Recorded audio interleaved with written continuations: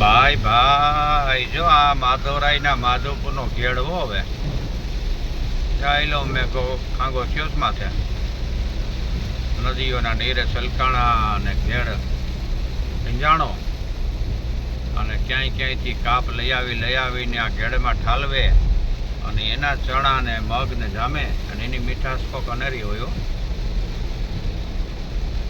ઘેડ તો ઘેડ છે, માધવનું ઘેડ છે. જો જલાશયો ભર્યા એવા જાવ, ખેતરો પાણીના ભર્યા જો. અને આના થકી જ આ મોસમ થાય. બધા એમ કહી કે ભાઈ નદીઓને ઊંડી કરો ને યોજનાઓ કરો ને અમે ડૂબી જઈએ જ ને, અમે તણાઈ જઈએ જ ને. અરે આ તો વર્ષોથી થતું આવ્યું છે. નદીઓ ઊંડી થાય ને જો ઘેડ ન સલકાય ને તો આમાં ખોટો ન ફૂટે. આમાં ભારત મોસમ વાવો ને લણો એ ઘેડ છે. અને અમૃત સમાન સોના સમાન જો આ વરસાદ વરસી રહ્યો એનો જ આ ફાયદો છે ઘેડની અંદર.